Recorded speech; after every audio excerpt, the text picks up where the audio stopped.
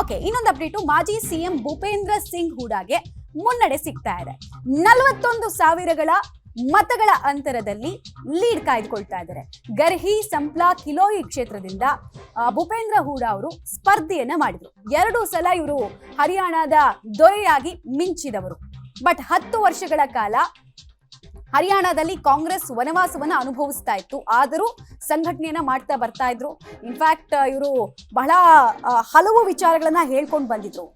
ಆದರೆ ಇವರಿಗೆ ಮುನ್ನಡೆ ಸಿಕ್ಕಿದೆ. ಪಕ್ಷದ ವಿಚಾರಕ್ಕೆ ಸಂಬಂಧಪಟ್ಟಂತೆ ಸಿಹಿ ಸುದ್ದಿ ಈ ವರ್ಷವೂ ಸಿಗಲಿಲ್ಲ.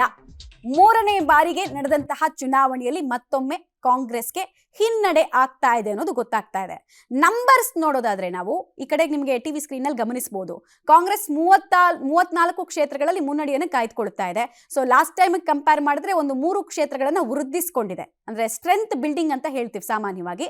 ಇನ್ನೊಂದು ಕಡೆಗೆ ಬಿಜೆಪಿ ಸ್ಟ್ರೈಕ್ ರೇಟ್ ಬಗ್ಗೆ ಕೂಡ ಮಾತಾಡ್ಬೇಕು. ಲಾಸ್ಟ್ ಟೈಮ್ 40, ಈ ಸಲ 50, 10 ಸೀಟ್ಗಳಲ್ಲಿ ಜಂಪ್ ಮಾಡಿದೆ ಅಥವಾ ಪರ್ಫಾರ್ಮೆನ್ಸ್ ಚೆನ್ನಾಗಿ ಆಗ್ತಾ ಇದೆ ಬಿಜೆಪಿದು ಅಂತ ಹೇಳ್ಬೋದು. ಇನ್ನೊಂದು ಕಡೆಗೆ INLD 1 ಕ್ಷೇತ್ರದಲ್ಲಿ ಮುನ್ನಡೆಯನ್ನು ಕಾಯ್ದುಕೊಂಡಿದ್ರೆ, ಅದರ್ಸ್ ಅಲ್ಲಿ 5 ಕ್ಷೇತ್ರ, ಅದರಲ್ಲಿ JJLP ಕೂಡ ಇನ್ಕ್ಲೂಡ್ ಆಗುತ್ತೆ, ದುಷ್ಯಂತ್ ಚೌಟಾಲ ಅವರ ಪಕ್ಷ.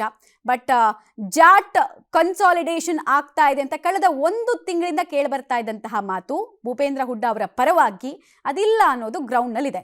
ಅಫ್ಕೋರ್ಸ್ ಬೇಸರ ಇತ್ತು ಅಂತ ಹಲವು ಮತದಾರರು ಓಪನ್ ಆಗಿ ಹೇಳ್ಕೊಂಡಿದ್ರು. ನೀವು ರಾಷ್ಟ್ರೀಯ ಮಾಧ್ಯಮಗಳಲ್ಲಿ ಈ ಎಕ್ಸಿಟ್ ಪೋಲ್ನ ನಂತರ ರಿಯಾಕ್ಷನ್ಸ್ಗಳಿರ್ತಾವಲ್ಲ, ಅದನ್ನೆಲ್ಲ ನೋಡಿದಾಗ ತುಂಬಾ ಜನ ಬೇಸರವನ್ನ ಗೊಡ್ಡಿದ್ರು. ಆದರೆ ಆ ಬೇಸರ ಮತಗಳಾಗಿ ಲಾಭವಾಗಿ ಬಿಜೆಪಿಯ ವಿರುದ್ಧ ಪರಿವರ್ತನೆ ಆಗಿದೆಯಾ ಅಂತ ಕೇಳಿದ್ರೆ, ಕಾಂಗ್ರೆಸ್ ಪರವಾಗಿ ಪರಿವರ್ತನೆ ಆಗಿದೆಯಾ ಅಂತ ಕೇಳಿದ್ರೆ ಇಲ್ಲ ಅನ್ನೋ ಉತ್ತರ ಸದ್ಯಕ್ಕಂತೂ ಕಾಣಿಸ್ತಾ ಇದೆ. ಮತ್ತೆ ಇದು ಸೆಟಲ್ ಡೌನ್ ಆಗುವಂತಹ ನಂಬರ್ಸು. ಈಗ ದೊಡ್ಡ ಮಟ್ಟದಲ್ಲಿ ಚೇಂಜಸ್ ಎಕ್ಸ್ಪೆಕ್ಟ್ ಮಾಡೋಕ್ಕಾಗಲ್ಲ. ನಾವು 9 ಗಂಟೆಲಿ ಇದ್ದ ಟ್ರೆಂಡು ಸಡನ್ ಆಗಿ 10 ಗಂಟೆ ಅಷ್ಟೊತ್ತಿಗೆ ಚೇಂಜ್ ಆಯ್ತಲ್ಲ, ಆ ಥರ ಟ್ರೆಂಡನ್ನು ಇನ್ಮೇಲಂತೂ ನಾವು ನೋಡೋದಕ್ಕೆ ಸಿಗೋದಿಲ್ಲ.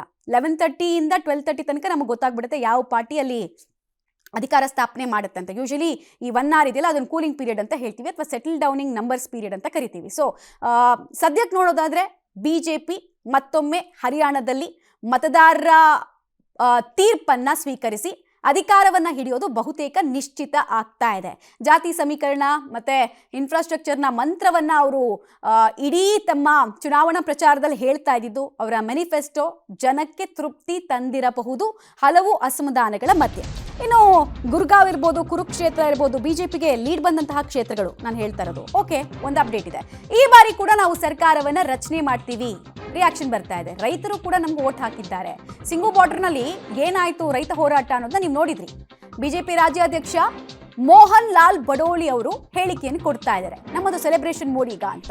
ಸಿಎಂ ಮನೆ ಬಳಿ ಬಿಜೆಪಿ ಕಾರ್ಯಕರ್ತರು ಸೇರಿ ಹರ್ಷೋದ್ಗಾರದಲ್ಲಿ. ಹರಿಯಾಣ ಸಿಎಂ ನಯಾಬ್ ಸಿಂಗ್ ಸೈನಿ ಮನೆಯಲ್ಲಿ ಉತ್ಸಾಹದ ವಾತಾವರಣ. ಕೆಲವೇ ತಿಂಗಳು, ಒಂದು 6 ತಿಂಗಳಾಗಿತ್ತಷ್ಟೇ ಇವರು ಅಧಿಕಾರದ ಚುಕ್ಕಾಣಿ ಹಿಡಿದು. ಇವ್ರಿಗೆ ಚರಿಷ್ಮಾಟಿಕ್ ಫೇಸ್ ಇದೆಯಾ, ದಶಕಗಳು ಬೇಕಾಗುತ್ತೆ ಪಾಪ್ಯುಲರ್ ಲೀಡರ್ ಆಗೋದಕ್ಕೆ, ಇವ್ರನ್ನ ಇಟ್ಕೊಂಡು ನಾವು ಚುನಾವಣೆಗೆ ಹೋಗ್ಬೋದಾ ಅನ್ನೋ ಅನೇಕ ಅನುಮಾನಗಳಿದ್ವು.